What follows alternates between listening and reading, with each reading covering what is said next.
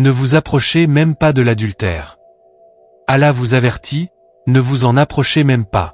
Pourquoi? À cause de la dévastation qu'il cause. À cause de la misère qu'il engendre. Une histoire vraie.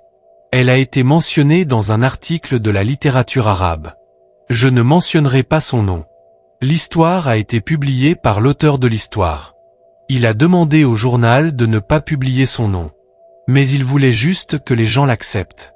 Le propriétaire de l'histoire dit, j'étais à l'université, j'ai vu beaucoup de jeunes hommes, j'avais des relations avec des filles. Une fois, j'ai rencontré une fille et j'ai eu une relation non légale avec elle. Je l'ai gardée ainsi pendant un certain temps, jusqu'à ce qu'elle tombe enceinte de moi. Quand ses parents ont découvert cela, et que la fille leur a parlé de moi, son frère est venu m'attaquer. Je lui ai dit, je ne connais pas cette fille, regardez, elle est venue avec cette grossesse. Je l'ai laissée et je suis parti. Parce qu'ils ne peuvent rien faire contre moi, laissez-moi tranquille. J'ai oublié l'affaire après de nombreuses années. Une fois, je suis entré dans la maison et j'ai trouvé ma mère par terre, elle était couverte d'une couverture. J'ai essayé de la réveiller, mais elle s'est réveillée et a crié, puis elle était couverte d'une autre couverture.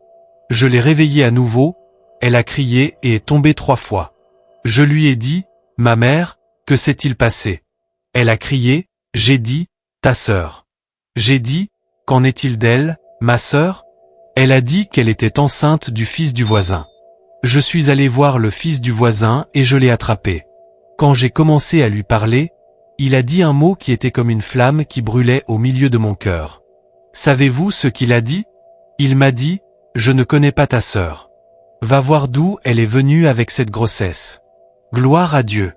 Exactement la même phrase que j'ai dite aux gens de la fille de l'université. Et la récompense vient du même genre que l'acte. L'histoire ne s'est pas terminée, il a dit, j'ai eu une douleur psychologique sévère, puis après des années j'ai décidé de me marier. Après les fiançailles et le contrat de mariage, nous nous sommes préparés pour le zifaf. Le jour du zifaf, la surprise était que ma femme était une seconde femme pour moi. Elle m'a dit, cache-toi, tu seras vu. J'ai dit.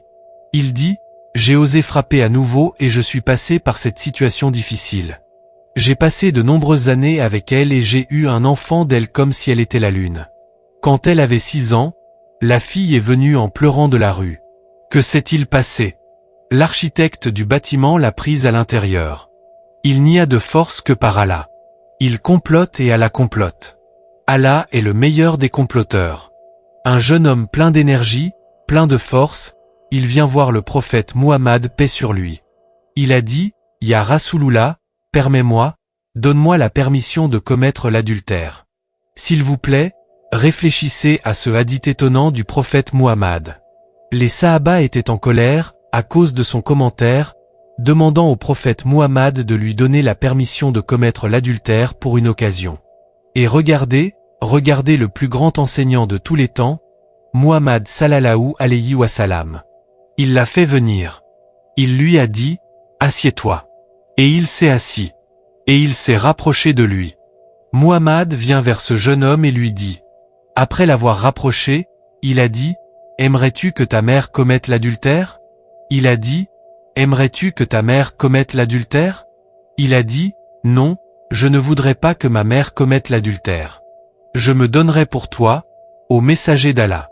Il a dit, aimerais-tu que ta sœur? Il a dit, non ya Rasulullah. La même chose, il a dit, ta fille, même ta fille, il n'est même pas encore marié. Mais Muhammad lui donne cette prévoyance, aimerais-tu qu'un jour, lorsque tu te marieras et auras une fille, quelqu'un commette l'adultère avec elle? Il a dit, non, ya Rasulullah. Il a dit, ta tante, du côté de ton père. Il a dit, non, ta tante, du côté de ta mère. Il a dit, les gens ne veulent pas cela. Non la mère, non la tante, non la sœur. La belle sagesse de notre bien-aimé prophète Muhammad, paix et bénédiction sur lui. Allah l'a testé avec sa fille et la récompense vient du même genre que l'acte.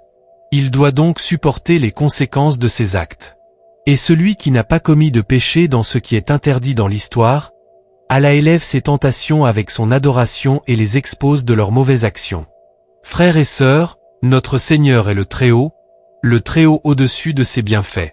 Et il prend vengeance pour eux, le Très-Haut. Alors faites attention.